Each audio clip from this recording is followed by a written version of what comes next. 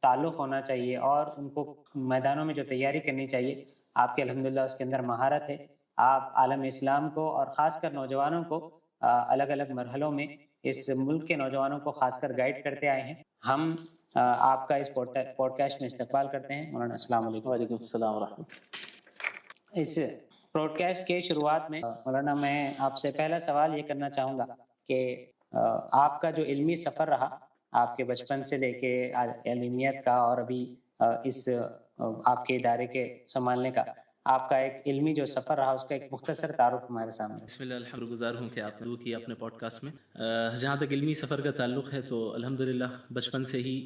قرآن کریم کے حفظ کرنے اور قرآن کو یاد کرنے میں ہمارے والدین نے مجھے لگایا، اور الحمدللہ والدین بھی دینی مزاج رکھتے ہیں، تو ایک دینی ماحول گھر میں مجھے ملا اللہ کے فضل سے۔ اپنا حفظ میں نے مکمل گھر میں ہی کیا، یہ شاید سن کر بہت سے لوگوں کو تعجب ہو، گھر میں ہی مکمل حفظ بھی کیا، یہاں تک کہ عالمیت کی ابتدائی تعلیم بھی میں نے گھر میں ہی حاصل کی ہے۔ بعض ہمارے اساتذہ کرام تھے، علماء کرام تھے جو تشریف لایا کرتے تھے گھر میں اور باقاعدہ 1 to 1 تعلیم دیا کرتے تھے مجھے، اور حفظ بھی اسی طرح مکمل کیا، ابتدائی تعلیم بھی۔ اس کے بعد دارالعلوم ندوۃ العلماء کی طرف رخ کیا تاکہ جو چند آخری سال تھے عالمیت کے انہیں مکمل کیا جائے، اور اس کے بعد عالمیت مکمل کرنے کے بعد تفسیر میں ایک دلچسپی مجھے ہمیشہ رہی قرآن کریم میں، اور اس کی ایک بہت بڑی وجہ ہمارے استاذ محترم نائب محتمم دارالعلوم ندوۃ العلماء ہیں جناب مولانا عبدالعزیز بھٹکلی صاحب ندوی دامت برکاتہم العالیہ۔ تو وہ اکثر قرآن کے جو تفاسیر جب پڑھایا کرتے تھے ہمیں تفسیر، ایسے بہترین نکات بیان کرتے تھے جس سے قرآن کی تفسیر کو مزید گہرائی سے جاننے کا ایک جذبہ اور ایک شوق اندر پیدا ہوا۔ لہٰذا عالمیت کے بعد میں نے تفسیر اور علوم القرآن میں ہی تخصص کیا، اسپیشلائزیشن کیا، اور اس کے بعد تدریب افتاء بھی ہم نے ندوۃ العلماء سے ہی مکمل کیا ہے، اور ابھی بھی علمی سفر جاری ہے الحمدللہ، اور موت تک انشاءاللہ جاری رہے گا اللہ نے چاہا تو۔ بس یہ مختصر تعارف تھا۔ جزاک اللہ۔ مولانا یہ جو آپ کا ابھی آپ نے سفر سنایا ہے، اس کے اندر ایسی کون سے چیزیں تھیں جو آپ کو مطلب بار بار موٹیویٹ کرتی تھیں، آپ کو ابھارتی تھی کہ آپ اس سفر کو اور زیادہ آگے بڑھائیں اور اس کے اندر مہارت حاصل کریں؟ کون سی ایسی چیزیں تھیں جو آپ کو بہت زیادہ موٹیویٹ کیا کرتی؟ دیکھیے، جہاں تک موٹیویشن کا تعلق ہے تو انسانی طبیعت میں قبض و بسط کی کیفیت آتی جاتی رہتی ہے۔ ایسے نہیں کہ ہمیشہ میں بھی ہر وقت موٹیویٹڈ ہی رہتا تھا یا ابھی بھی ہر وقت موٹیویٹڈ رہتا ہوں۔ بعض مرحلے ایسے آتے ہیں زندگی میں کہ انسان کے اندر موٹیویشن نہیں ہوتی ہے، اور بعض مرحلے ایسے آتے ہیں کہ طبیعت میں انشراح ہوتا ہے اور وہ ایک انسان کام کرتا ہے، علم حاصل کرتا ہے اور بہت ایکٹیو رہتا ہے۔ تو ان مراحل سے گزرتا رہا۔ جہاں تک اس بات کا تعلق ہے کہ کون سی چیزیں تھیں جس کی وجہ سے موٹیویشن مجھے حاصل ہوتا، تو سب سے پہلی چیز تو اس میں یہ ہے کہ خصوصاً جب میں ندوۃ العلماء میں تھا، ہمارے علماء کرام کی صحبت خود ایک موٹیویشن ہے، اساتذہ کرام کی صحبت اور ان کے ساتھ بیٹھنا، ان کو دیکھنا، ان کی باتیں سننا، ان ساری چیزوں سے ایک موٹیویشن مستقل ملتا رہتا ہے۔ اور اسی کے ساتھ ساتھ جو عالم اسلام میں اس وقت حالات ہیں امت مسلمہ کے اوپر ہیں، ان سے واقفیت تو ظاہر ہے طالب علمی کے زمانے سے، اور یہ چیز کہیں نہ کہیں ایک کڑھن پیدا کر رہی تھی کہ کچھ مجھے کرنا ہے تاکہ میں امت مسلمہ کو عروج کی طرف لے جانے میں کچھ نہ کچھ کنٹریبیوشن میرا بھی رہے، ورنہ اللہ رب العالمین جس کے ذریعے چاہے وہ کروائے، لیکن کچھ نہ کچھ کنٹریبیوشن ہونا چاہیے۔ تو وقتاً فوقتاً جو حالات سننے میں آتے ہیں، خبریں آتی ہیں، اس سے ایک دل میں ایک بار بھی محسوس ہوتا اور ایک احساس ذمہ داری پیدا ہوتا کہ کچھ کرنا ہے، پڑھنا ہے، وقت ضائع نہیں کرنا ہے، آگے بڑھنا ہے، چونکہ امت مسلمہ کو اس وقت افراد کی ضرورت ہے، ایسے افراد کی جو اسلام پر اور ایمان پر مضبوط ہوں اور اسلام و ایمان کو جدید موجودہ زمانے میں جدید انداز میں اس کی حقانیت کو اثر نو ثابت کریں لوگوں کے سامنے۔ جزاک اللہ۔ ابھی جو آپ نے مطلب حالات کا تذکرہ کیا اور ان حالات میں جو ہمارا رول ہونا چاہیے اس کی ایک مختصر آپ نے اس کے اندر نشاندہی کی، تو آپ کے مطلب پورے سفر کے بعد ابھی آپ کا ایک پوری اپنی زندگی کا مشن، جیسا آپ نے بتایا کہ امت مسلمہ کے لیے کچھ کنٹریبیوٹ کرنا ہے، تو آپ اپنی پوری ابھی زندگی کے مشن کو چند الفاظ میں کیسے ڈیفائن کرتے ہیں؟ میری زندگی کا مقصد تیرے دین کی سرفرازی، وہی اللہ کے نبی صلی اللہ علیہ وسلم کا جو مقصد رہا وہی ہمارا مقصد ہے، میرا مقصد ہے، اور وہی مقصد تمام امت مسلمہ کا بھی ہونا چاہیے کہ جو ذمہ داری اللہ تعالیٰ نے محمد الرسول اللہ صلی اللہ علیہ وسلم کو دی اور آپ صلی اللہ علیہ وسلم نے اس ذمہ داری کو مکمل کیا اور اس ذمہ داری کو پھر آگے امت مسلمہ کو سونپا، خصوصاً حجۃ الوداع کے موقع پہ اللہ کے رسول صلی اللہ علیہ وسلم نے فرمایا کہ فَلْيُبَلِّغِ الشَّاهِدُ الْغَائِبُ، کہ تم میں سے جو موجود ہے جن تک میری بات پہنچ گئی ہے وہ اب اس بات کو ان تک پہنچائے جو یہاں موجود نہیں ہیں۔ تو یہ سلسلہ تو قیامت تک جاری رہے گا، اور تمام امت مسلمہ کی ذمہ داری ہے کہ تمام اقوام عالم کو، چاہے وہ کسی بھی مذہب سے تعلق رکھنے والے ہوں، ان تک یہ پیغام ہدایت کا پہنچائیں اور انہیں تاریکی سے نکال کر، گمراہی سے نکال کر ہدایت کی لے جائیں۔ الحمدللہ بہت ہی عمدہ انداز میں آپ نے اپنی پوری زندگی کا سفر سنایا ہے۔ ہم نوجوانوں کو بھی اس سے موٹیویشن بھی ملتا ہے اور ایک راہ بھی ہمارے لیے بنتی ہے۔ مولانا، آپ کا خصوصی جو میدان ہے نوجوانوں کے ایشوز کے تعلق سے، الحمدللہ آپ اکثر اس تعلق توجہ کراتے رہتے ہیں اور نوجوانوں کی رہنمائی کرتے رہتے ہیں۔ تو ایک ایشو جو عام طور پہ نوجوان محسوس کرتے ہیں کہ تقریباً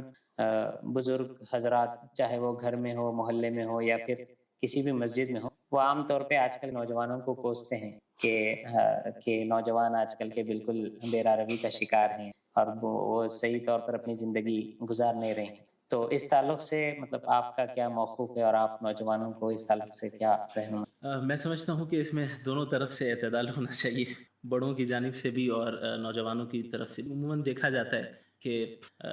بچوں کی سائیکولوجی اور نوجوانوں کی سائیکولوجی کا خیال نہیں رکھا جاتا ہے ان کی تربیت کرتے وقت، ان کی نفسیات کا لحاظ نہیں رکھا جاتا ہے، اور بلکہ ایک روایتی انداز میں جو تربیت کا نہج چلا آ رہا ہے اسی پہ ظاہر ہے ہماری جیسی تربیت ہوئی وہی ہم نے اسی طرح تربیت کی، پھر وہ بچہ جب بڑا ہوگا وہ اسی طرح تربیت کرے گا جس طرح اس کی تربیت ہوئی، کیونکہ پراپر ایجوکیشن جو ملنی چاہیے تربیت کے حوالے سے کہ بچوں کی تربیت کس طرح کی جاتی ہے، ان کے نفسیات کا، ان کی سائیکولوجی کا لحاظ رکھتے ہوئے، یہ ہمارے ہاں اس چیز کا فقدان ہے۔ اس کے نتیجے میں یہ ہوتا ہے کہ بسا اوقات بڑوں کی طرف سے کچھ زیادتیاں ہو جاتی ہیں، لیکن دوسری طرف نوجوانوں میں بھی یہ چیز دیکھی جاتی ہے کہ ان کے یہاں بھی اپنی اصلاح کو قبول کرنے کا جو صلاحیت ہوتی ہے وہ بہت کم ہے۔ مثلاً بعض والدین یا بڑے ایسے بھی ہوتے ہیں جو صحیح چیز کی طرف رہنمائی کر رہے ہوتے ہیں، لیکن نوجوان بسا اوقات اسے ایکسیپٹ نہیں کرتے ہیں اور اسے اپنے لیے سمجھتے ہیں کہ یہ مجھے کیوں نصیحت کی جا رہی ہے، یا مجھے اس کی ضرورت نہیں ہے، یا اسے اپنی انا کا مسئلہ بنا لیتے ہیں۔ خصوصاً جس ایج سے ہم لوگ گزرتے ہیں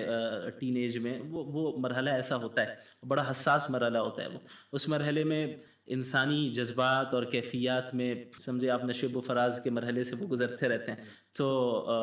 نوجوانوں کے اندر بھی اس بات کو سمجھنے کی ضرورت ہے، نوجوانوں کو بھی، کہ اگر بڑوں کی بات اگر وہ اصلاح کر رہے ہیں کسی صحیح چیز کے بارے میں تو اسے اپنی انا کا مسئلہ نہ بنائیں، یہ نہ سمجھے، برا نہ مانیں، بلکہ اسے ایکسیپٹ کریں۔ اور اللہ کے رسول صلی اللہ علیہ وسلم کی احادیث کو اگر ہم پڑھیں تو اللہ کے نبی صلی اللہ علیہ وسلم کو جوامع الکلم اللہ تعالیٰ نے عطا کیا تھا، مختصر الفاظ میں بہت جامع باتیں ارشاد فرمایا کر۔ تو ایک ہی حدیث میں آپ سمجھیں کہ دونوں طرف اللہ کے نبی صلی اللہ علیہ وسلم نے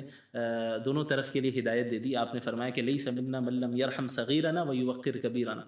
وہ شخص ہم میں سے نہیں ہے جو ہمارے چھوٹوں پر شفقت نہ کرے اور ہمارے بڑوں کی عزت نہ کرے۔ اب آپ دیکھیں اس حدیث میں کیسے اعتدال کی تعلیم دی گئی، یعنی انہیں بھی بتا دیا گیا، بڑوں کو بھی، کہ آپ کو شفقت اور رحمت کا پہلو غالب رکھنا ہے۔ ایسا نہیں ہونا چاہیے کہ ہر چھوٹی موٹی چیز پہ نقد ہو، تنقید ہو، بار بار ان کی اصلاح کی جائے، اس سے نوجوان چڑچڑے ہو جاتے ہیں اور متنفر ہوتے ہیں بڑوں سے۔ اس کا بڑوں کو لحاظ رکھنا چاہیے۔ اسی طریقے سے اگر بڑے کر بھی رہے ہیں تو جو نوجوان ہیں ان کے اندر صبر و تحمل کا مادہ ہونا چاہیے، اس میں انہیں پریکٹس کرنی چاہیے کہ ہم برداشت کریں، بات سنیں، ہمارے بڑے ہیں اور ان کی عزت کریں، ان کی عزت میں کوئی ہم کمی پیدا نہ کریں۔ جزاک اللہ۔ مولانا، یہ نوجوانوں کے اور ایک ایشو کی طرف آگے بڑھتے ہوئے کہ عام طور پہ نوجوانی کی عمر میں جیسے آپ نے بتایا کہ زندگی میں اتار چڑھاؤ ہوتا ہے، احساسات کا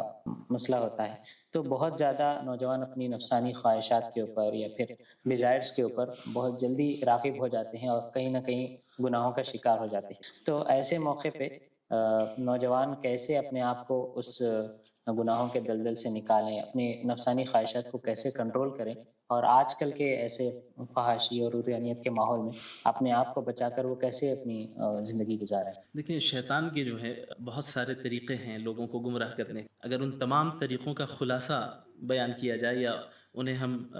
دو حصوں میں تقسیم کریں تو ایک ہے شبہات، ڈاؤٹس، اور دوسرے ہیں شہوات، دوسری قسم ہے شہوات، ڈیزائرز۔ شیطان جو بھی طریقہ اختیار کرتا ہے کسی بھی انسان کو صراط مستقیم سے ہٹانے کے، وہ کہیں نہ کہیں انہی دو قسموں میں وہ طریقہ آتا ہے، یا تو ڈاؤٹس کریٹ کر کے، یا یہ کہ شہوات میں اسے مبتلا کر کے۔ اور دونوں کا علاج قرآن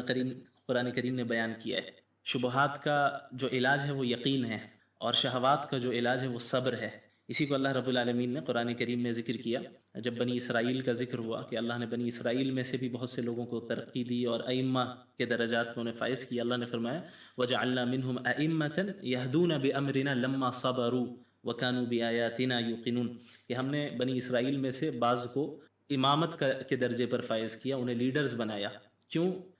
اور ایسے لیڈرز بنایا جو ہمارے حکم سے لوگوں کو سیدھے راستے کی طرف ہدایت دیتے۔ کیوں؟ لما صبروا، جب انہوں نے صبر کیا، یعنی اپنے شہوات پہ کنٹرول کیا اور برداشت کیا، صبر کیا۔ وَكَانُوا بِآيَاتِنَا يُوقِنُونَ، اور ہماری آیتوں پہ یقین بھی رکھتے تھے۔ یعنی یہ ایسے افراد تھے جو شہوات سے بھی محفوظ تھے اور شبہات سے بھی محفوظ تھے۔ شبہات سے یقین کے ذریعے بچتے تھے، شہوات سے صبر کے ذریعے۔ تو اچھا، صبر بھی جو ہے عربی زبان میں اس کا معنی جو ہے کافی وسیع ہے۔ اردو میں صبر ہم صرف کہتے ہیں کہ کوئی تکلیف آئے تو برداشت کرنا۔ عربی زبان میں صبر علی الطاعہ ایک قسم ہے، یعنی اس میں یہ چیز بھی داخل ہے کہ اللہ کی فرما برداری پر صبر کرنا، یعنی اسے کنسسٹنسی کے ساتھ کرنا، چاہے دل چاہے کرنے کا یا نہ چاہے۔ اسی طرح صبر عن المعصیہ، کہ اپنے آپ کو گناہوں سے بچانے میں صبر کرنا، یعنی ہو سکتا ہے ایک گناہ کو کرنے کی خواہش اندر پیدا ہو رہی ہے، رغبت آ رہی ہے، لیکن اس جگہ پہ اپنے نفس کو صابر بنانا، کنٹرول کرنا اور اپنے آپ کو پیچھے رکھنا، یہ معنی بھی صبر میں داخل ہے۔ اسی طریقے سے صبر کی تیسری صورت بھی ہے جس میں مصیبتیں آئیں، تکلیفیں آئیں تو اس کو برداشت کرنا۔ تو جہاں تک موجودہ زمانے میں نوجوانوں کا خصوصاً سیکشول ڈیزائرز کی طرف میلان ہونا یہ ہے، اس کا حقیقی علاج تو بہرحال یہ ہے کہ وقت پر نکاح کر لیا جائے، کیونکہ جہاں تک ڈیزائرز کا تعلق ہے تو یہ ایک فطری چیز ہے۔ اسلام میں رہبانیت نہیں ہے، جیسا کہ بعض مذاہب نے سکھایا لا رہبانیت الاسلام، کہ آپ فطرت سے بالکل ہٹ جائیں، کہ اللہ کا تقرب تبھی حاصل ہوگا جب آپ نکاح ہی نہ کریں، یہ کانسیپٹ نہیں۔ اسی طرح جو دوسری انتہا ہے کہ بھئی اتنی آزادی، اتنی لبرٹی مل جائے کہ جس کے ساتھ چاہے جیسا چاہے، اس کا جسم ہے، اس کی مرضی ہے، یہ دوسری انتہا۔ اسلام اعتدال کا راستہ سکھاتا ہے، نہ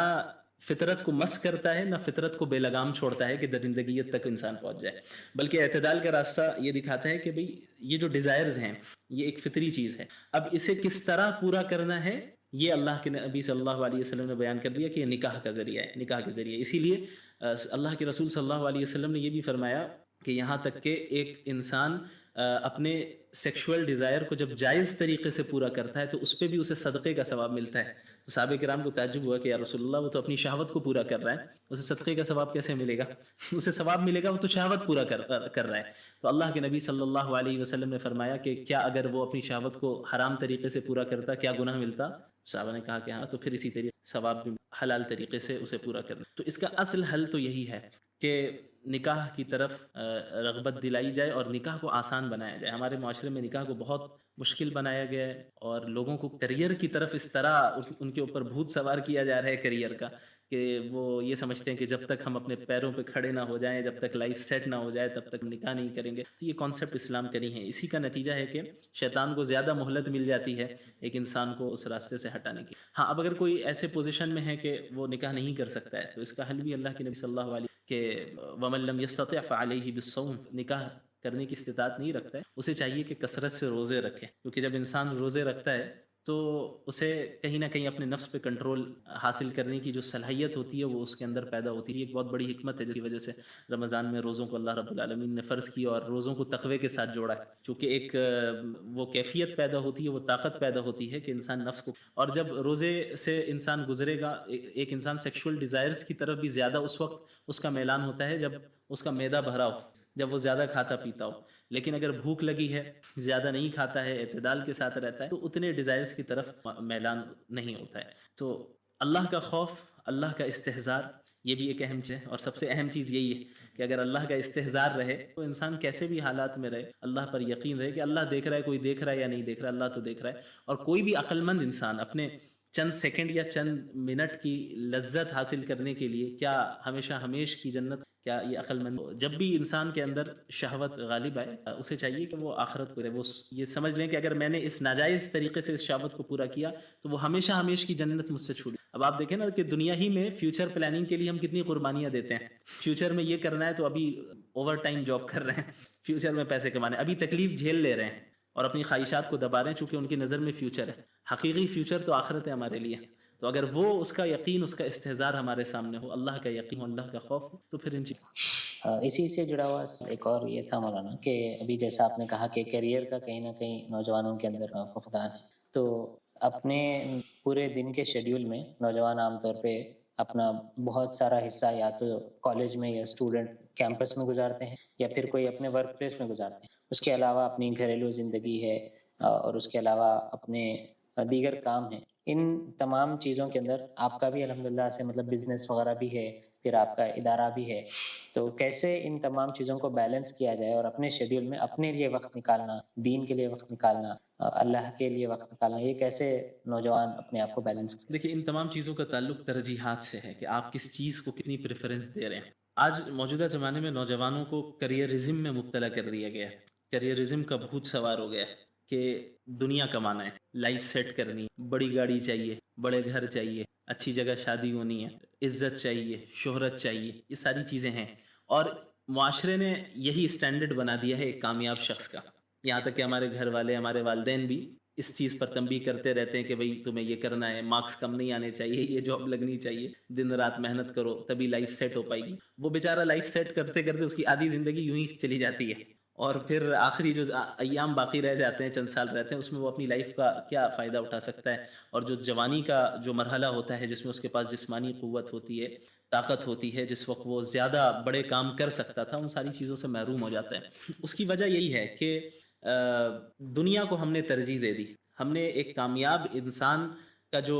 معیار بنایا ہے کامیابی کا، وہ دنیا کو بنایا کہ کامیاب وہ شخص ہے جسے اچھی جاب مل جائے، کامیاب وہ شخص ہے جس کا کریئر سنور جائے، کامیاب وہ شخص ہے جو زیادہ پیسے کما لے، کامیاب وہ شخص ہے جس کی زیادہ عزت ہو جائے، شہرت ہو جائے۔ لیکن دین اسلام نے کامیابی کا ایک الگ معیار پیش کیا، وہ ہے فمن زحزح عن النار وادخل الجنۃ فقد فاز۔ حقیقی کامیابی یہ ہے کہ ایک انسان وہ کامیاب ہے جو جہنم سے بچ جائے، جنت میں داخل کر دیا جائے، حقیقی کامیابی یہ ہے۔ اسی طرح اللہ کے نبی صلی اللہ، اس کا یہ مطلب بھی نہیں ہے کہ ہم دنیا نہیں کمائیں گے اور دنیاوی چیزوں کو اور نعمتوں کو حاصل کرنے کی کوشش نہیں کریں گے، لیکن ہم ان چیزوں کو اعتدال کے ساتھ کریں گے۔ اسی لیے جب رزق کا ذکر کیا اللہ کے رسول صلی اللہ علیہ وسلم نے، وہاں پہ آپ نے فرمایا کہ اجملوا فی الطلب، کہ رزق حاصل کرنے میں اعتدال اختیار کرو، کیونکہ توکل اور تقدیر بھی تو کوئی چیز ہے۔ اللہ کے نبی صلی اللہ علیہ وسلم نے فرمایا کہ موت جس طرح انسان کے پیچھے بھاگتی ہے، اس سے زیادہ تیزی کے ساتھ رزق اس کے پیچھے بھاگتا ہے۔ ایک انسان کی موت اس وقت تک ہو نہیں سکتی جب تک کہ اس کا رزق مکمل نہ ہو جائے۔ تو جو مقدر میں اللہ نے طے کر دیا ہے وہ رزق تو ہر حال میں ملنا ہے۔ تو اب اس میں افراط و تفریط سے بچنا ہے۔ ایسا بھی نہیں کہ بھئی چونکہ تقدیر میں لکھا جا چکا ہے، مجھے کچھ کام کرنے کی ضرورت نہیں ہے، بیٹھے رہو گھر میں، یہ طریقہ بھی خلاف شریعت ہے۔ اور یہ طریقہ کہ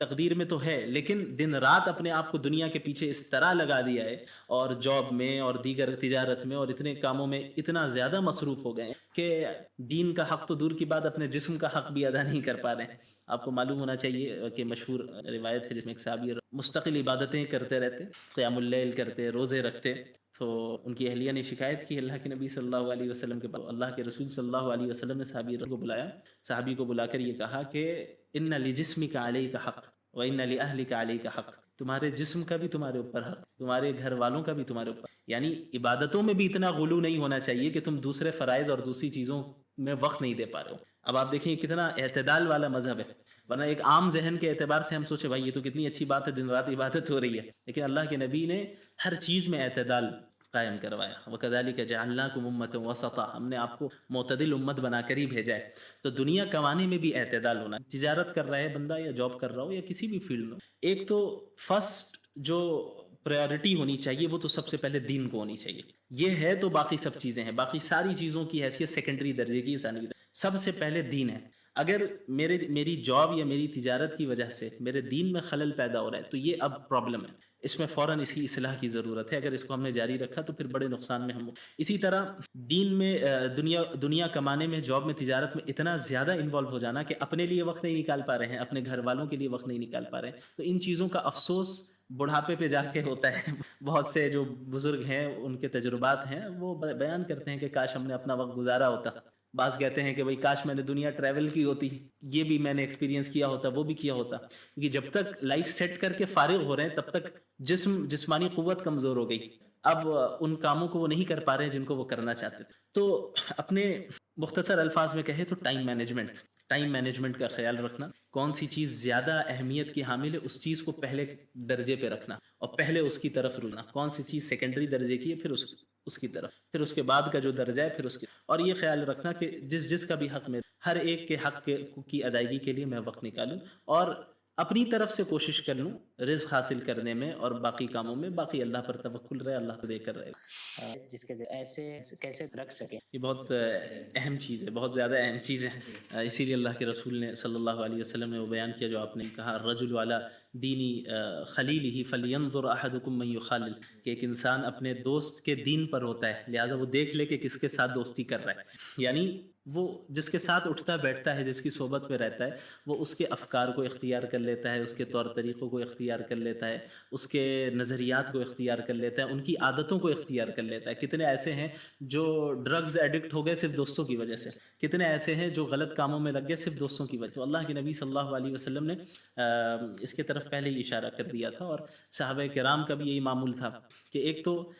یہ ہے کہ کس کے ساتھ دوستی ہو، دوسری چیز یہ ہے کہ اس کی کتنی لمیٹیشن ہو.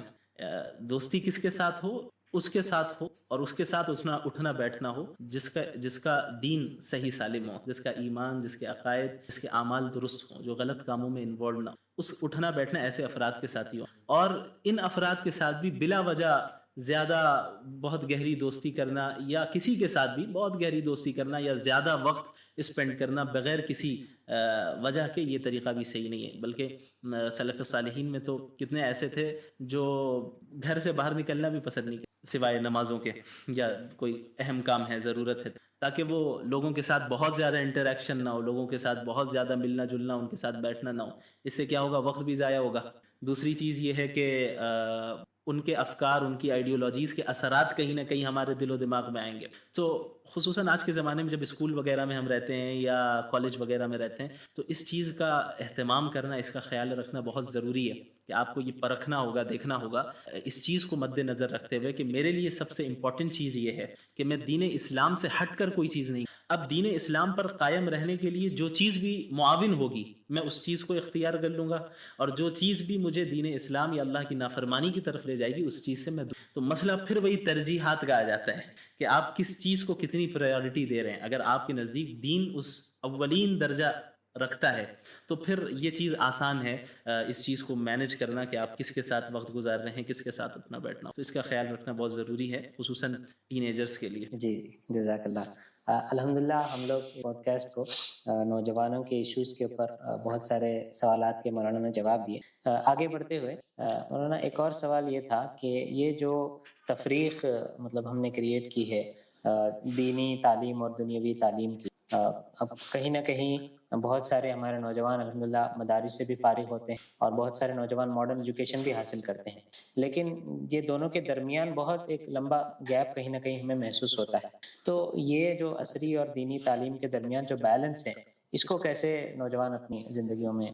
منظم کریں؟ دیکھیں، سب سے پہلی چیز تو یہ ہے کہ یہ تفریق بھی جو ہمارے آئی ہے یہ بھی حقیقتاً ہم کہیں تو غیروں کے یہاں سے آئی ہے، خصوصاً جب کہ ویسٹرن دنیا میں انقلاب ہوا اور مذہب کو چرچ تک محدود رکھ دیا گیا اور سیاست سے اور دیگر کاموں سے مذہب کو ہٹا دیا، تو دین اور دنیا کا الگ الگ کانسیپٹ پیش کیا گیا اور وہی چیز لبرلزم کے ساتھ ساتھ ہر جگہ داخل ہوئی. دین آپ کا اپنا پرسنل مسئلہ ہے اور یہ الگ چیز ہے، دین کو آپ اپنے تک محدود رکھیں، آپ کا پرائیویٹ معاملہ ہے. اور دین اور دنیا کا کانسیپٹ آیا، حالانکہ دین اسلام مکمل دین کا تصور پیش کرتا ہے. یعنی یہ دین نازل ہی ہوا اس دنیا کے لیے. قبر میں جا کے تو نماز نہیں پڑھنی ہے، قبر میں جا کے تو حلال حرام کا معاملہ نہیں ہے نا، اسی دنیا میں. تو اب ایک انسان کسی بھی شعبے میں ہو اسے دین کی ضرورت پڑے گی، چاہے تجارت کر رہا ہو، جاب کر رہا ہو، تعلیم حاصل کر رہا ہو، چاہے وہ ازدواجی زندگی کے تعلق رہنمائی چاہیے، اجتماعی زندگی کے تعلق رہنمائی چاہیے، سیاسی زندگی کے تعلق رہنمائی، معیشت کے متعلق رہنمائی چاہیے، تو یہ ساری چیزوں کی تعلیم اسلام دیتا ہے۔ لہٰذا ہر انسان کے لیے جو بھی جس فیلڈ میں ہو، بنیادی علوم دینیہ میں سے بنیادی علم کو حاصل کرنا جو اس کے فیلڈ میں اسے حلال اور حرام کے درمیان تمیز کرنے اور فرق کرنے کی صلاحیت دے پائے، اتنا علم حاصل کرنا فرض عین ہے۔ جیسا کہ اللہ کے نبی صلی اللہ علیہ وسلم نے فرمایا طلب العلم فریضہ علی کل مسلم، کہ علم حاصل کرنا یہ ہر ایک مسلمان پہ فرض ہے۔ تو یہاں علم سے مراد یہی علوم شرعیہ اور دینی علوم۔ اب جہاں تک مسئلہ رہا موجودہ زمانے میں یہ جو تفریق ہو گئی اور اس کا نتیجہ یہ نکلا کہ جو مدارس کے فارغین ہوتے ہیں وہ شاید الگ دنیا میں ہوتے ہیں، اور یہ جو یونیورسٹیز سے فارغ ہوتے ہیں یہ الگ دنیا میں ہوتے ہیں، ایک دوسرے کے ساتھ کوئی کنیکشن قائم کر نہیں پاتے، ریلیٹ نہیں کر پاتے ایک دوسرے، ان کے اصطلاحات ان کی زبان الگ ہوتی ہے، ان کے اصطلاحات ان کی زبان الگ ہوتی ہے، ان کے مسائل کچھ اور ہوتے ہیں، یہ کچھ اور مسائل کے حل پیش کر رہے ہوتے ہیں۔ تو یہ جو نتیجہ ظاہر ہوا اس کی بنیادی وجہ یہی ہے کہ جو نوجوان عصری علوم پڑھ رہے ہیں وہ دین سے بالکل ناواقف ہیں، اور جو علوم شرعیہ پڑھ کے باہر نکل رہے ہیں، فارغ ہو رہے ہیں، وہ جدید علوم کے مبادیات سے بھی واقف نہیں۔ تو اس کا حل یہ ہے کہ جو عصری علوم حاصل کر رہے ہیں اولاً ان کو اسلامی علوم کے مبادیات سے واقف کرایا جائے، اور جس فیلڈ میں بھی وہ جا رہے ہیں اس فیلڈ کے متعلق جو بھی اسلام رہنمائی کرتا ہے اس کا علم دیا جائے، اور جو مدارس کے فارغین ہیں انہیں جدید اصطلاحات سکھائے جائیں، جدید الفاظ سکھائے جائیں کہ آپ کو نوجوانوں سے، آج کے زمانے کے نوجوان کس طرح انٹریکٹ کرنا ہے، کن الفاظ میں انٹریکٹ کرنا ہے۔ کلم الناس علی قدر عقولہم، لوگوں سے ان کے عقلوں کے موافق بات، یعنی آپ اگر ایسی باتیں کریں جو انہیں سمجھ ہی میں نہیں آ رہا، وہ اپنے سے ریلیٹ ہی نہیں کر پا، ظاہر ہے وہ چیز مؤثر نہیں ہوگی، محض ایک رسمی اور ایک رواجی وہ ایک تقریر اور واعظ و نصیحت تو ہو جائے گی، لیکن ایسی واعظ، ایسی نصیحت جو ان کے دلوں کے اندر داخل ہو جائے، ایسے حاصل نہیں ہونے والی۔ لہٰذا جو مدارس کے فارغین ہیں انہیں بھی عصری علوم کے مبادیات سے کم از کم واقف ہونا چاہیے، اور ماڈرن جو چیلنجز ہیں ان سے واقف ہونا بہت ضروری ہے کہ دنیا میں آخر چل کیا رہا ہے، اور کون سے وہ چیلنجز ہیں جن سے موجودہ زمانے کے نوجوان دوچار ہیں، اور پھر ان چیلنجز کا حل اسلام نے کیسے پیش کیا، کہاں پیش کیا ہے۔ تو اسلام کو موجودہ زمانے کے لیے کس طرح ہم پیش کر سکے، کس انداز میں پیش کر سکے، اسلام تو وہی رہے گا، اسلام میں تو کوئی تبدیلی نہیں آئے گی، لیکن موجودہ زمانے کے چیلنجز کا حل اسلام نے کس طرح پیش کیا اس کو تلاش کریں، اور اس کو پیش کرنے کے نئے انداز میں، جدید انداز میں اور اٹریکٹیو انداز میں پیش کرنے کی کوشش کریں۔ تو انشاءاللہ تعالی امید ہے کہ یہ جو ایک فاصلہ ہے دونوں گروہ کے درمیان یا اس سے کم ہوگا۔ جی جزاک اللہ۔ اس ضمن میں ایک چیز، ایک مشورہ یہ بھی نوجوانوں کو دیا خاص کر یہ ماڈرن ایجوکیشن جو حاصل کر رہے ہیں، کہ الحمدللہ آپ کے ادارے سے بھی اور الگ الگ آن لائن پلیٹ فارم سے شارٹ ٹرم کورسز۔ جی ہاں، اور ہمارے اس کا مقصد یہی تھا مرکز الوحیین کو اسٹیبلش کرنے کا، کہ ایسی تعداد بہت زیادہ ہے جو کالجز میں ہیں یا جاب کر رہی ہیں یا تجارت کر رہی ہے، اور اب شوق ہے دین، مدرسے تو نہیں جا سکتے، تو ان کے لیے کوئی سلیوشن نکالنا تھا، اس وجہ سے الحمدللہ ہم لوگوں نے کریش کو۔ الحمدللہ۔ اسی ضمن میں مدارس کے جو طلباء ہیں، خاص کر آپ بھی چونکہ ایک بہت ہی بڑے مدرسے سے فارغ ہیں، تو مدارس کے اندر جو کریکولم فالو کیا جاتا ہے مدارس اسٹوڈنٹس کے لیے، تو وہ اس کے اوپر مطلب آپ کا کیا موقف ہے، اور اس کے اندر ایسی کون سی چیزیں انکلوڈ کرنی چاہیے تاکہ وہ، جیسا آپ نے بتایا کہ بنیادی جدیدیت کے مسائل سے وہ لوگ واقف ہو سکیں اور نوجوانوں سے کنیکٹ ہو سکیں۔ دیکھیے، اس چیز کو سمجھنے کے لیے ہمیں مدارس کے مقصد کو سمجھنا ہوگا۔ مدرسوں کے قیام کا اصل مقصد دین کے ماہرین کو پیدا کرنا، سرسری معلومات دینا نہیں۔ سرسری معلومات تو آپ کہیں سے بھی حاصل کر سکیں، واعظ و نصیحت، چند اردو کی کتابیں پڑھ لی، انگلش میں پڑھ لی، وہ آپ کو سرسری معلومات آ گئی۔ مدارس کا قیام اس لیے نہیں ہوا تھا، مدارس کا قیام ہوا تھا تفقہ فی دین کے لیے، دین میں اور دینی علوم میں ماہر افراد تیار ہوں جو اس کی گہرائی تک اتر سکیں اور ہر زمانے کے چیلنجز کا مقابلہ اس دین کے ذریعے کر سکیں۔ تو ہر نظام میں، ہر ادارے میں خوبیاں بھی ہوتی ہیں، کچھ کمی بھی ہوتی ہے۔ تو جہاں تک اوور آل نظام کا تعلق ہے مدارس کا، وہ الحمدللہ بہت درست ہے، ٹھیک چل رہا ہے، اور ایسے افراد نکل رہے ہیں جو تفقہ فی الدین جنہوں نے حاصل کی اور مختلف علاقوں میں، پوری دنیا کے مختلف کارنرز میں کام کر رہے ہیں۔ خصوصاً ہمارے ملک کے مدارس کی یہ بڑی خصوصیت ہے کہ ہمارے ملک کے مدارس کے فارغین پوری دنیا میں پھیلے ہوئے ہیں، پوری دنیا میں پھیلے ہوئے ہیں اور الحمدللہ بہت زبردست کام کر رہے ہیں. تو اس ناحیے سے مدارس کا جو رول ہے وہ بہت اہم ہے اور شاید اسی کا نتیجہ ہے کہ آج ہم تک اور آپ تک بھی دین پہنچا ہے. ہمارے مساجد کے امام ہو یا جو مقررین ہوں، جو علماء ہوں، وہ سب مدارس کے ہی فارغین ہیں. تو اوور آل ظاہر ہے مدارس کی بڑی اہمیت ہے اور الحمدللہ بہت اچھے طریقے سے چل رہا ہے. جہاں تک تھوڑے بہت تبدیلی کا تعلق ہے تو وہ ہونا چاہیے. کہیں کہیں اس میں کمی ظاہر ہے، ہر جگہ ہوتی ہے. تو اس طرح یہاں پہ بھی ہے، یہاں کے کریکولم میں بھی ہے، یہاں کے سلیبس میں بھی ہے. جو کمی محسوس ہوتی ہے وہ یہ ہے کہ موجودہ چیلنجز کے اوپر باقاعدہ تعلیمات ہونی چاہیے، خصوصاً ویسٹرن آئیڈیالوجیز. آج پوری دنیا میں ویسٹرن سویلائزیشن کا غلبہ ہے، چاہے سیاست کا میدان ہو، چاہے اکنامی کا میدان ہو، چاہے تعلیم کا میدان ہو، ایجوکیشن کا ہو، یا کوئی بھی ہو. ہر جگہ ویسٹرن آئیڈیالوجیز نے غلبہ حاصل کیا ہے، بلکہ تسلط حاصل کیا ہوا ہے، زور زبردستی. تو اب جو ماڈرن چیلنجز ہیں، ماڈرن چیلنجز لوگ فیس کر رہے ہیں، چاہے وہ لبرلزم کی شکل میں ہوں یا سیاست میں سیکولرزم کی شکل میں ہوں یا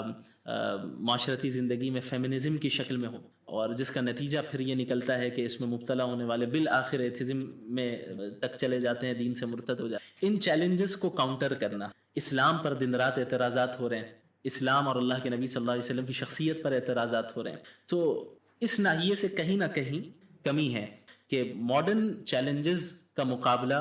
جس انداز میں کرنا چاہیے یہ اسی وقت ہوگا جب آپ چیلنجز سے واقف ہوں گے. جب آپ ویسٹرن آئیڈیالوجی سے واقف ہی نہیں ہیں تو پھر ظاہر ہے اس کو آپ کاؤنٹر کیسے کر سکتے ہیں. جب آپ ویسٹ کی تاریخ سے ہی نہیں واقف ہیں تو نہیں ہو سکتا. تو میں سمجھتا ہوں کہ کہیں نہ کہیں مدارس میں اس چیز کو اپنے کریکولم میں اسے شامل کرنا چاہیے. اور اس کے علاوہ الحمدللہ بہت سی تبدیلی آلریڈی آ چکی ہیں کہ عصری علوم کے مبادیات سے واقفیت دلائی جاتی ہے. اب تو یہ بھی ماشاءاللہ اس طرف بھی رخ ہو رہا ہے کہ اوپن اسکولنگ کے ذریعے 10 بھی کروایا جائے، 12 بھی کروایا جائے. یہ چیزیں ساری اہم ہیں، الحمدللہ اس میں تبدیلی آ رہی ہے. اور ندوۃ العلماء الحمدللہ اس کی ایک بہت بڑی مثال ہے، جہاں پہ صرف علوم شرعیہ نہیں پڑھائی جاتی بلکہ اس کے علاوہ انگلش لینگویج بھی پڑھائی جاتی ہے. اس کے علاوہ وہاں کی ابتدائی کلاسز میں میتھس تک پڑھائی جاتی ہے اور دیگر سبجیکٹس بھی پڑھائے جاتے ہیں. تو عصری علوم کے مبادیات سے بھی بہت حد تک واقف کرانے کی کوشش کی گئی. البتہ اس میں مزید بہتری آ سکتی ہے، اس کی طرف توجہ. جزاک اللہ. الحمدللہ بہت ہی اچھے جوابات ہم مولانا سے حاصل کیے ہیں. اسی گفتگو کو آگے بڑھاتے ہوئے مولانا ایک اور سوال دعوت دین کے تعلق سے تھا. ابھی جیسا کہ آپ نے بتایا کہ ماحول بدل رہا ہے اور خاص کر ہمارے ملک کے ماحول کے اندر بہت زیادہ تبدیلی آئی، تو دعوت دین کی اہمیت اور بھی زیادہ ایسے ملک میں بڑھ جاتی. تو ایسے موقع پہ نوجوان اور پھر اس ملک کے مسلمان غیر مسلموں میں دعوت دین کو کیسے پیش کریں اور اس کی اہمیت کو کیسے جانیں اور اس کو پہلے درجے کے نمبر پر یعنی کرنے کا کام کے طور پہ کیسے اس کو اختیار کریں. دیکھیں یہ بہت اہم چیز ہے اور بسا اوقات لوگ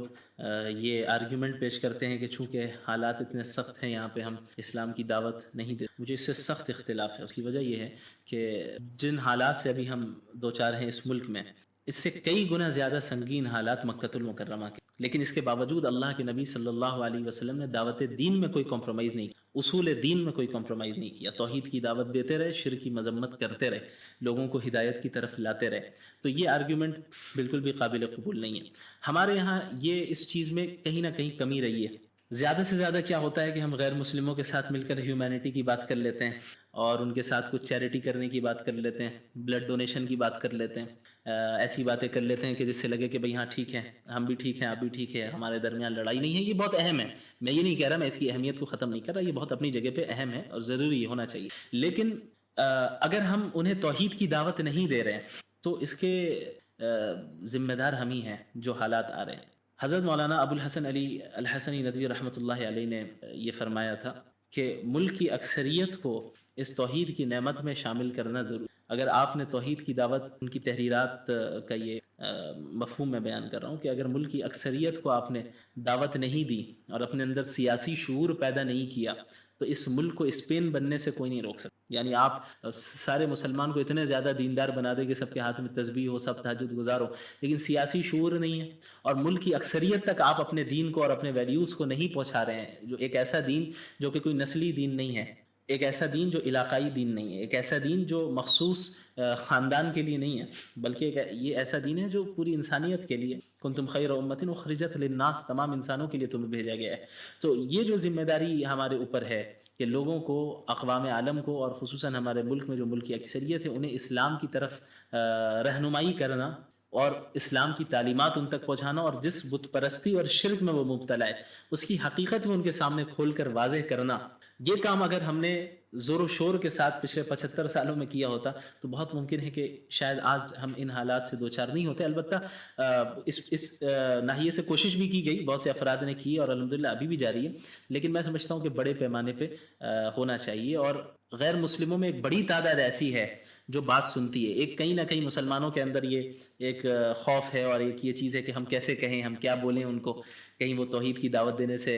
بدک نہ جائے اور یہ نہ ہو جائے، ناراض نہ ہو جائے۔ ایسا ذاتی تجربہ ہے کہ ایسا نہیں ہوتا ہے، اکثر جو سنجیدہ قسم کے لوگ ہیں بات سنتے ہیں، اور آپ کا کام بات پہنچانا ہے، انما علیک البلاغ، زبردستی منوانا تو نہیں ہے کسی کا کام، آپ کا کام ہے کہ بہترین انداز میں آپ ان تک توحید کی بات کو رکھیں، اور حکمت کا بھی لحاظ رکھیں، ایسا بھی نہ ہو کہ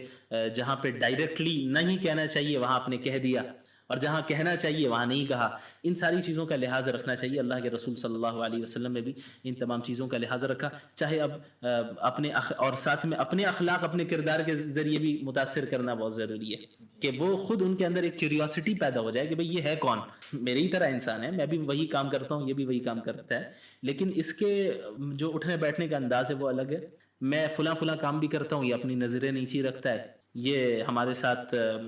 دوسری فلاں فلاں چیزوں میں انوالو نہیں ہوتا ہے۔ تو ان کے اندر کیوریوسٹی پیدا ہو کہ بھئی آپ کے ویلیوز ہے کیا، آپ کن چیزوں کو مانتے ہیں، آپ کا عقیدہ کیا ہے۔ خود جب ان کے اندر کیوریوسٹی پیدا ہوگی تو وہ مزید مائل ہوں گے، اور پھر آپ کو بہترین موقع مل جائے گا کھل کر انہیں دعوت دینے کا۔ اب پھر آپ لٹریچر کے ذریعے بھی دعوت دے سکتے ہیں، بعض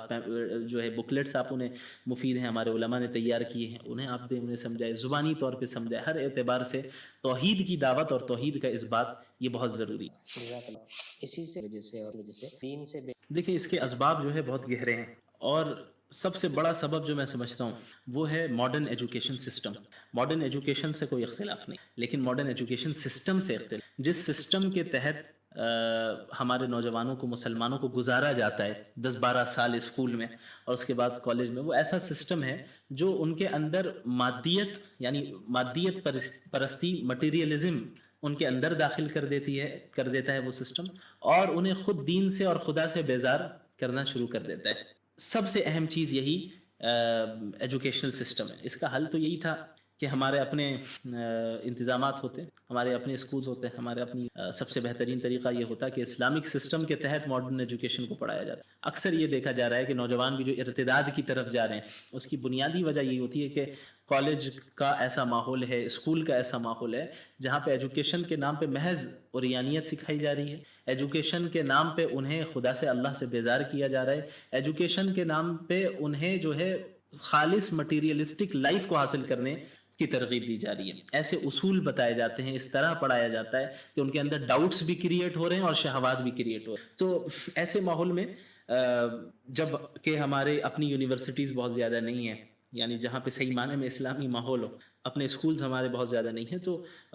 جو افراد اس سسٹم سے جڑے ہوئے ہیں ان کے لیے لازم ہے کہ اس سے ہٹ کر کچھ ٹائم وہ دین کی طرف اور علماء کی مجالس میں گزاریں، اور یہ علماء اور دینداروں کی ذمہ داری ہے کہ ان کے لیے کوئی حل نکالیں، کہ وہ ٹیمپریری سلیوشن کے طور پہ، کہ وہ جس سسٹم سے گزر کر تعلیم حاصل کر رہے ہیں، جو زہر آلود ہے وہ سلیبس، وہ ایجوکیشن جس میں زہر کو ملایا گیا ہے، اب کس طرح ہم اچھی چیزوں کو باقی رکھیں اور بری چیزوں کو ہم حل کر دیں، نکال دیں۔ اس میں کاؤنسلنگ، انہیں ان کے لیے الگ اوقات ہونے، خصوصاً جو بچے ہیں اسکولز وغیرہ میں پڑھتے ہیں، مکاتب کا نظام ہمارے یہاں اسٹرانگ ہے، لیکن اس کو مزید اسٹرانگ کرنے کی ضرورت کہ بچے دین سے جڑتے رہے، بچپن سے اسکول میں بھی جا رہا ہے، اور یہاں آ کے ابتدائی جو تعلیمات ہے اسلام کی، اللہ کے نبی صلی اللہ علیہ وسلم کی سیرت کے متعلق، اسلام کے بنیادی عقائد کے متعلق، اور پھر قرآن کے متعلق، احادیث کے متعلق، ان ساری چیزوں کا نالج اسے بچپن سے دیا جاتا رہے۔ ورنہ ہمارے یہاں عموماً دین کا مطلب یہ سمجھ لیتے ہیں دینی تعلیم کا کہ نورانی قاعدہ پڑھا لیا جائے، ناظرہ پڑھا لیا جائے، رشتہ داروں میں مٹھائیاں تقسیم ہو گئی، بس ختم، آپ نے دین پڑھ لیا، ہو گیا، ہم نے اسلامی تعلیم دے دی۔ یہ نہیں ہے۔ جس عمر میں جتنے اسلامی علم دین کی ضرورت ہے اسے دینا یہ ہماری ذمہ داری ہے۔ اب کیا ہوتا ہے کہ بچپن سے نہ اسلامی تربیت ہوئی نہ اسلامی تعلیم ملی، اور خالص آپ نے ایسے سسٹم میں دے دیا جو اسلام مخالف سسٹم ہے، ظاہر ہے 10-15 سال کے بعد یہی نتیجہ نکلے گا کہ دین کی طرف وہ مائل نہیں ہو۔ تو اس میں کہیں نہ کہیں کوتاہی والدین کی طرف سے بھی ہے، بڑوں کی بھی طرف سے ہے کہ بچپن سے تربیت کا وہ نہیں رکھا گیا، اور نوجوانوں کی بھی طرف سے ہے۔ اب اگر تربیت کا انتظام نہیں کیا گیا، آپ کے اندر یہ جذبہ ہونا چاہیے کہ آپ اپنے کریٹر کو پہچانیں اور صحیح سسٹم کو پہچان سکیں۔ علماء کی طرف خالی اوقات میں رجوع کریں، کوئی ڈاؤٹس ہیں تو علماء سے پوچھیں، اور کسی چیز کو سیکھنا ہے تو علماء سے جانیں، اور اپنے اندر اپنے عقائد اپنے افکار کو درست کرنے کی کوشش کریں، اپنے ایمان کو مضبوط۔ تو سب سے اہم مسئلہ ایمان کا آتا ہے کہ ایمان اگر مضبوط نہیں ہو پا رہا ہے، ایمان پہ محنت نہیں ہو پا رہی ہے، تو لوگ جو ہے اس سسٹم میں اپنے آپ کو قائم یعنی باقی نہیں رکھ پائیں گے۔ میں سمجھتا ہوں کہ یہ حضرات شاید لبرلزم کے کانسیپٹ سے واقف حقیقی معنی میں نہیں ہیں، کہ لبرلزم جو باقاعدہ ایک ویسٹرن آئیڈیالوجی ہے جہاں انڈیویجول لبرٹی کے اوپر ہی پورا فوکس کیا۔ مثال کے طور پہ ایک انسان، ایک لڑکی حجاب پہننا چاہ رہی ہے تو یہ اس کی لبرٹی، اس کو اس کی اجازت ہونی چاہیے، لیکن دوسری طرف وہی لڑکی اگر حجاب اتارنا چاہ رہی ہے تو اس میں بھی کوئی مذہب رکاوٹ نہیں بن سکتا، یا کوئی حکومت رکاوٹ نہیں بن سکتی، یا کوئی خدا رکاوٹ نہیں بن سکتی۔ اسے کیا اختیار کرنا ہے یہ اس کی اپنی لبرٹی ہے، یہ اس کی اپنی فریڈم ہے، وہ جو چاہے گا وہ کرے گا، وہ جو چاہے گی وہ کرے گی۔ تو یہ ہے لبرلزم، جہاں پہ اپنی خواہشات کو، اپنے ڈیزائرز کو اولین درجہ دیا جاتا ہے، اور دین کے بس انہی چیزوں کو اختیار کیا جاتا ہے جس سے اپنی خواہشات نہ ٹکرا رہی ہو۔ تو یہ دو چیزیں اتنی مخالف ہیں آپس میں کہ لبرل مسلمان یہ ایک اصطلاح چل پڑی ہے۔ یہ ایسا ہی ہے جیسے کوئی کہے کہ ہندو مسلم، کوئی کہے کہ کرسچن مسلم، یا کوئی یوں کہے کہ بھئی ابھی دن بھی ہو رہا ہے اور رات بھی ہو رہی ہے۔ یہ دو اپوزٹ چیزیں ہیں، یہ دو ایک جگہ کبھی جمع نہیں ہو سکتی۔ اللہ کے نبی صلی اللہ علیہ وسلم نے اسلام کا صحیح کانسیپٹ کس طرح پیش کیا کہ لا یؤمن احدکم حتی یکون ہواہ تبعا لما جئت بہ، تم میں سے کوئی اس وقت تک مومن ہو نہیں سکتا جب تک کہ اس کی خواہشات میری شریعت کے تابع نہ ہو جائیں۔ یعنی ایک طرف لبرلزم ہے جو یہ کہتا ہے کہ آپ کی جو خواہش ہے آپ وہ کریں، یہ کوئی غلط بات نہیں ہے۔ دوسری طرف اسلام ہے، وہ کہتا ہے آپ انہی خواہشات پہ عمل کر سکتے ہیں جو کہ جائز ہیں، باقی وہ خواہشات جو اسلام سے اور شریعت سے ٹکرا رہے ہیں ان خواہشات پر آپ عمل نہیں کر سکتے، بلکہ آپ کو وہاں اپنے آپ کو اللہ کے حوالے کرنا ہوگا، سرنڈر کرنا ہوگا۔ اور مسلم کہتے ہی ہیں اسے جو اپنے آپ کو زندگی کے ہر پہلو میں اللہ کے حوالے کر دے، سرنڈر کر دے۔ تو اب ایک شخص یہ کہے میں نے اپنے آپ کو اللہ کے سرنڈر بھی کر دیا اللہ کے سامنے، اور لیکن مجھے میرا جی جو چاہتا ہے مجھے وہ کرنا ہے، تو یہ مطلب اسلام یہ نہیں ہے۔ اور اللہ کے نبی صلی اللہ علیہ وسلم پر جو آیتیں نازل ہوئی قرآن کریم میں، اس کا ذکر ہے فَرَأَيْتَ مَنِ اتَّخَذَ إِلَٰهَهُ هَوَاهُ، کہ آپ نے ایسے شخص کو دیکھا ہے جس نے اپنی خواہشات کو ہی اپنا خدا بنا لیا ہے۔ اس آیت کو پڑھ کے لگتا ہے کہ شاید موجودہ لبرلز کی ہی بات ہو رہی ہوتی ہے، جہاں پہ خواہشات نفس کو اور انسانی ڈیزائرز کو اصل اہمیت دی گئی، انڈیویجولزم میں انہیں مبتلا کیا گیا کہ آپ جو چاہتے ہیں وہ کریں، اس میں کوئی حرج کی۔ تو لبرل مسلم کوئی کانسیپٹ نہیں، یا تو لبرل یا تو مسلم۔ صرف دیکھیں اگر حقیقی معنی میں دیکھا جائے تو دین اصلاً وہ ہے جو محمد الرسول اللہ صلی اللہ علیہ وسلم نے سکھا دیا ہے، اور صحابہ کرام کو جس نہج پر انہوں نے ان کے معاشرے قائم کیا۔ ہم صحابہ کرام کو دیکھتے ہیں کہ وہ دین کو سب سے فرسٹ پرائیورٹی بھی دیتے اور ساتھ میں دنیا بھی کماتے، تجارت بھی کرتے، مزدوری بھی کرتے۔ کتنے صحابہ ایسے گزرے ہیں جو مالدار تھے بہت، حضرت عثمان رضی اللہ عنہ، دیگر کئی صحابہ کرام رہے، تجارت کیا کرتے، بڑی بڑی تجارت رہتی، دنیاوی اسکلز حاصل کرتے، دنیا کے فنون سے مہارت وہ حاصل کرتے۔ ظاہر ہے یہ جو دین بھیجا گیا ہے یہ محض کسی مسجد کے کونے میں بیٹھ کے ہاتھ میں تسبیح لے کے اللہ اللہ کرنے کے لیے نہیں بھیجا گیا، صرف اس لیے نہیں بھیجا گیا۔ یہ تو اللہ اللہ کرنا یہ تو بنیادی مقصد ہے، لیکن صرف یہیں تک دین محدود نہیں ہے۔ اس امت مسلمہ کو پوری دنیا کی قیادت کے لیے بھیجا گیا ہے، پوری دنیا کی امامت کے لیے بھیجا گیا ہے، پوری دنیا کو گمراہی سے نکال کے ہدایت کی طرف لانے کے لیے گیا ہے۔ اور قیادت بھی صرف مخصوص شعبے میں نہیں بلکہ زندگی کے تمام شعبوں میں امت مسلمہ قیادت کرے، وہ سیاست کا میدان ہو، تعلیم کا میدان ہو، معیشت کا میدان ہو، کوئی بھی میدان ہو۔ تو جب ایک امت کو قائد بنا کر بھیجا گیا ہے اور وہ امت دنیاوی چیزوں سے واقفیت ہی نہیں رکھ رہی ہے، یا وہ افراد جو دنیاوی چیزوں سے بالکل ناواقف ہیں، کیا وہ دنیا کے اقوام کی قیادت کر سکتے؟ تو ٹھیک ہے جو عبادت کر رہے ہیں آپ اپنے حد تک تو آپ نے نیک اعمال آپ نے جاری رکھا اور بہت اچھا کام کر رہے ہیں، لیکن بحیثیت مسلم آپ کا کام صرف یہ ہے کہ محض آپ خود اپنے آپ کو ہدایت پر قائم رکھیں، بلکہ آپ کا کام یہ ہے کہ پوری انسانیت گمراہی سے نکال کے ہدایت کی طرف، ہر شعبے میں ہدایت کی طرف لائیں۔ تو اس کے لیے مختلف چیزوں سے واقفیت ضروری ہے، لوگوں کے ساتھ ملنا بھی ایک حد تک ضروری ہے تاکہ مسائل حل کیے جا سکے، دنیاوی چیزوں سے واقفیت ضروری ہے، دنیاوی حالات سے واقفیت، ان چیزوں کا حل کس طرح ہم پریکٹیکلی پیش کریں، ان تمام چیزوں کی ضرورت، لوگوں کے کیا حقوق ہیں، والدین کے کیا حقوق ہیں، پڑوسی کے کیا حقوق ہیں، دوستوں کے کیا حقوق ہیں، مسلمانوں کے کیا حقوق ہیں، ان تمام چیزوں ہم جانیں گے تو پھر ایک انسان کسی کونے میں بیٹھ کے ہر وقت رہ ہی نہیں سکتا، اسے تو پورا وقت اس کا گزرے گا ان حقوق کی ادائیگی میں، اللہ کے حقوق کی ادائیگی میں، بندوں کے حقوق کی ادائیگی میں۔ تو کمپلیٹ اسلام کو فالو کرنے کی ضرورت ہے، وہ کمپلیٹ اسلام جو کہ محمد الرسول اللہ صلی اللہ علیہ وسلم۔ جی جی، اور سوال یہ سوچنے دیکھیں یہ معاملہ سب کے ہی ساتھ رہتا ہے کہ روحانیت میں اور جو استحضار ہے آخرت کا، جنت کا، جہنم کا، اس میں کمی زیادتی ہے۔ معاملہ صحابہ کرام کے اللہ کے نبی صلی اللہ علیہ ایمانی کیفیت اور استحضار کی کیفیت، اور باہر اس کیفیت میں کمی زیادتی ہوتی رہتی۔ بعض صحابہ کرام آئے بھی تھے اللہ کے نبی صلی اللہ علیہ وسلم کے پاس اس میں۔ تو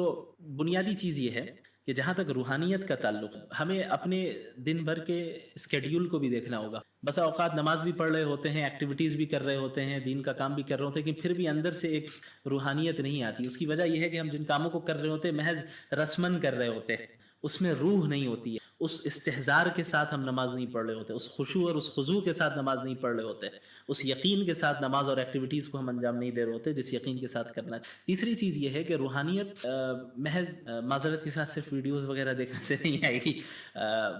جو روحانیت ہے اہل اللہ کی صحبت اختیار کرنی پڑتی ہے۔ صحابہ کرام نے رسول اللہ صلی اللہ علیہ وسلم کی صحبت اختیار کی، تابعین نے صحابہ کی صحبت اختیار، تبع تابعین نے تابعین۔ تو علم ہے، تربیت ہے، روحانیت ہے، یہ ساری چیزیں اہل اللہ کے ذریعے حاصل ہوتی رہی۔ موجودہ زمانے میں جہاں آج سوشل میڈیا کا دور ہے اور خصوصاً کمیونیکیشن بہت آسان ہو گیا ہے، جہاں اس کے بہت سے فوائد ہیں، ایک بہت نقصان یہ ہے کہ